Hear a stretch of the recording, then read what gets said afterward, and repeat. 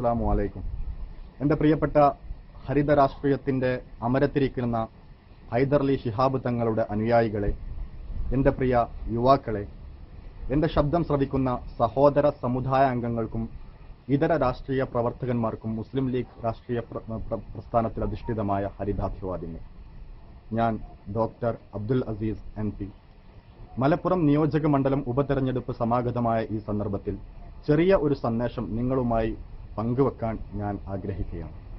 നമ്മുടെ ഭരണ രാഷ്ട്രീയവുമായി ബന്ധപ്പെട്ട് നിലനിൽക്കുന്ന ആരോപണങ്ങളും അഭിപ്രായ വ്യത്യാസങ്ങളും പ്രകടിപ്പിക്കുകയല്ല എന്റെ ലക്ഷ്യം.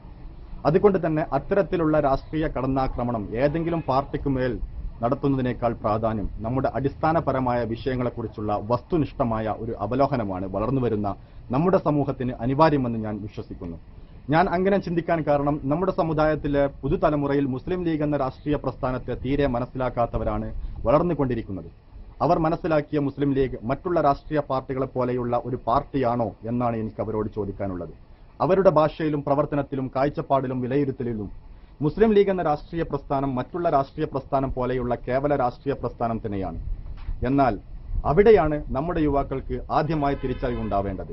ഈ പ്രസ്ഥാനത്തെ നമ്മുടെ പൂർവികരായിട്ടുള്ള മഹത്തുക്കൾ കെട്ടിപ്പടുത്തതും ഈ സമൂഹത്തിന്റെ ഗതിവേദികൾ നിർണയിച്ചുകൊണ്ട് മുസ്ലിം ലീഗ് ഇക്കാലം എത്രയും പ്രവർത്തിച്ചതും നമ്മൾ ഇന്ത്യ മഹാരാജ്യത്ത് കാണുന്ന മറ്റു ഇതര രാഷ്ട്രീയ പാർട്ടികളുടെ വീക്ഷണകോണിലൂടെയോ പ്രവർത്തന പദത്തിലൂടെയോ അല്ല.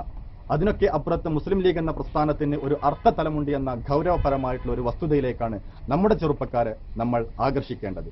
ഭാരതത്തിന്റെ മണ്ണിൽ വൈദേശികാധിപത്യത്തിന്റെ കൊടിക്കൂര കണ്ടതു മുതൽ പിറന്ന നാടിന്റെ സ്വാതന്ത്ര്യം എന്ന നിലക്കാത്ത മുദ്രാവാക്യവുമായി പോരാട്ടങ്ങളുടെ കനൽ ഭൂമിയിൽ കാരിരുമ്പിന് നെഞ്ചോട് കൂടി ഉറച്ചു നിന്നവരാണ് മലബാറിലെ മുസ്ലിങ്ങൾ. ഒന്നല്ല, രണ്ടല്ല, 5 പതിറ്റാണ്ട് കാലം ഒരു രാജാവിനെയും സന്തോഷിപ്പിക്കാനുമായിരുന്നില്ല, ഒരു നാടുവായെയും സുഖിപ്പിക്കാനുമായിരുന്നില്ല.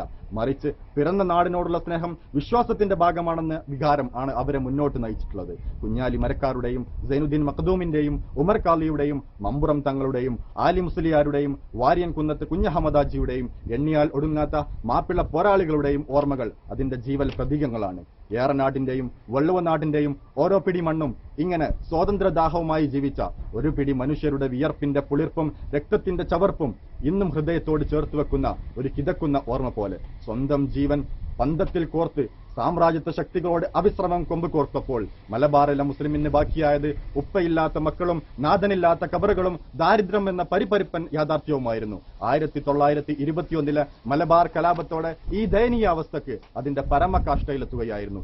എങ്ങും ഒടുങ്ങാത്ത നിലവിളികളും ഒരു നേരത്തെ ആഹാരത്തിന് വേണ്ടി എന്ത് ചെയ്യണമെന്നറിയാതെ അന്തിച്ചു നിൽക്കുന്ന സ്ത്രീകളും കുട്ടികളും കൂരിരുട്ടിന്റെ കരിങ്കെട്ട വീണ നിറഞ്ഞ ജീവിത വഴിയിൽ പൊലിഞ്ഞു കത്തുന്ന ഷെഹ്റാന്തൽ പോലും തെളിയിക്കാൻ ഒരാളെ കിട്ടാത്ത സാഹചര്യം. മുകളിൽ ആകാശവും താഴെ ഭൂമിയുമായി ജീവിതമെന്ന യാഥാർത്ഥ്യത്തെ താങ്ങിപ്പിടിച്ച അഭയാർത്ഥികളെ പോലെ ഒരു ജനത കണ്ണ് തള്ളിക്കുന്ന ഇത്തരം ജീവിത യാഥാർത്ഥ്യങ്ങളിലൂടെ പ്രതീക്ഷ നഷ്ടങ്ങളിലേക്കായിരുന്നു മദ്രാസിലെ ദയാമൻസിലിൽ നിന്നും ചുടുകട്ടിലിൽ നിന്നും അർദ്ധചന്ദ്ര നക്ഷത്രാങ്കിത ഹരിത പതാകയുമായി 1948 മാർച്ച് 10 ഖായിദെ മില്ലത്ത് ഇസ്മായിൽ സാഹിബ് കടന്നു വന്നിട്ടുള്ളത്. എല്ലാം നഷ്ടപ്പെട്ടെന്ന് കരുതി ഉരുകി ജീവിച്ച ആ ജനത ആ കൊടിയുടെ ഹരിതപ്രഭയിൽ ആശ്വാസം കണ്ടെത്തി. മരുപ്പരപ്പിലെ തണ്ണീർ തടം പോലെ അവരതിനു ചുറ്റും ഓടിക്കൂടി തങ്ങളുടെ പ്രാർത്ഥനയും കണ്ണീരിലും കുതിർത്ത ആ പച്ച പതാക അവർ നെഞ്ചോട് ചേർത്ത് പിടിച്ചു. കള്ളിമുണ്ടെടുത്ത് പച്ച ബെൽറ്റ് കൊട്ടി തലയിൽ തോർത്തു ചുറ്റി വയലോരങ്ങളിലും പറമ്പുകളിലും പൂവന്തിയോളം പണിയെടുത്ത് ജീവിതത്തിന്റെ ഒരറ്റം കൂട്ടിമുട്ടിക്കാൻ ഓടി നടന്ന ഈ പാവം മാപ്പിള മക്കളുടെ പിൻതലമുറയെ അക്ഷര ഗോപുരങ്ങളുടെ അമരക്കാരാക്കി മാറ്റിയത് ഈ ഹരിത രാഷ്ട്രീയ പാർട്ടിയുടെ മുന്നേറ്റമായിരുന്നു. നെല്ല് കൊയ്ത് കറ്റ ചുമന്നും ആടുകളെ മേച്ചും അടുക്കളയിൽ പൊരിഞ്ഞും ജീവിച്ച മാപ്പിളപ്പെണ്ണിന്റെ പൊൻതലമുറക്കാരായി പ്രമാണിമാർക്ക് മാത്രം മുദ്ര കുത്തിപ്പോന്ന വിദ്യാഭ്യാസ സമുച്ചയങ്ങളുടെ ഗോപുര നടപടികൾ ചവിട്ടി തുറന്നു കൊടുത്തതും ഈ സംഘബോധമായിരുന്നു. വിദേശി എന്ന മുദ്രകുത്തിയ സമുദായത്തിൽ നിന്ന് തന്നെ വിദേശകാര്യ മന്ത്രി വരെ ഉണ്ടാക്കിയെടുത്ത ഈ ജൈത്യയാത്രയിൽ നയിച്ചവരും അനുഗ്രഹിച്ചവരുമായ എത്രയോ നേതാക്കൾ. ഖായിദെ മില്ലത്ത് ഇസ്മായിൽ സാഹിബ് മുതൽ Sayyid Abdurahiman Bafaqi Thangal, KM Seethi Sahib, Pocker Sahib, Panakkad PMS Pookoya Thangal, CH Muhammad Koya Sahib, Seethi Sahib, Ibrahim Sulaiman Sait Sahib, Banatwala Sahib, Panakkad Sayyid Muhammad Ali Shihab Thangal, E Ahmed Sahib, ഇവർ ഭാരതമണ്ണിൽ ലീഗിനെ നയിച്ചപ്പോൾ നമ്മുടെ നാട് ഇന്ത്യൻ യൂണിയൻ മുസ്ലിം ലീഗ് ഒരു ഉരുക്കുകോട്ടയായിട്ട് മാറി.